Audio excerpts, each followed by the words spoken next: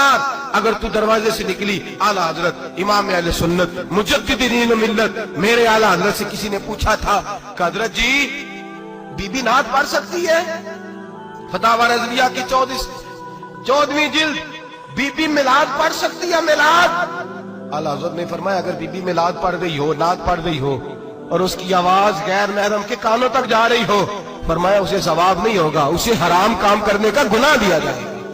बीबी को मना है, वो नात की आवाज भी औरत का ही नहीं पड़ता, दीन में तो औरत की आवाज का भी पड़ता है। दीन में तो औरत की, हजरत सैयदा ज़ैनब, हजरत फातिमा की वो लख्ते जिगर जो मैदान करबला में इमाम हुसैन बराबर की शरीक रही सैयदना इमाम हुसैन के साथ। याह्या बिन मोइन कहते हैं मैं 15 साल तक हजरत ज़ैनब का पड़ोसी रहा हूं। 15 साल, घर बराबर होता है ना, बंदा बीबी देख ही लेता है।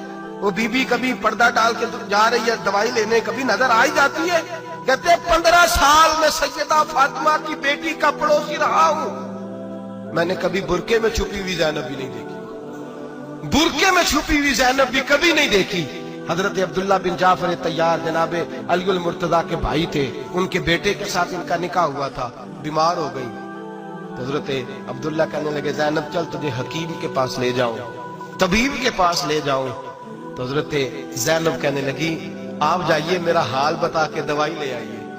तो हजरत अब्दुल्ला जाफर तैयार कहने लगे शरीयत में गुंजाइश है डॉक्टर के पास जाने, हकीम के पास जाने की गुंजाइश है, तू चलती क्यों नहीं?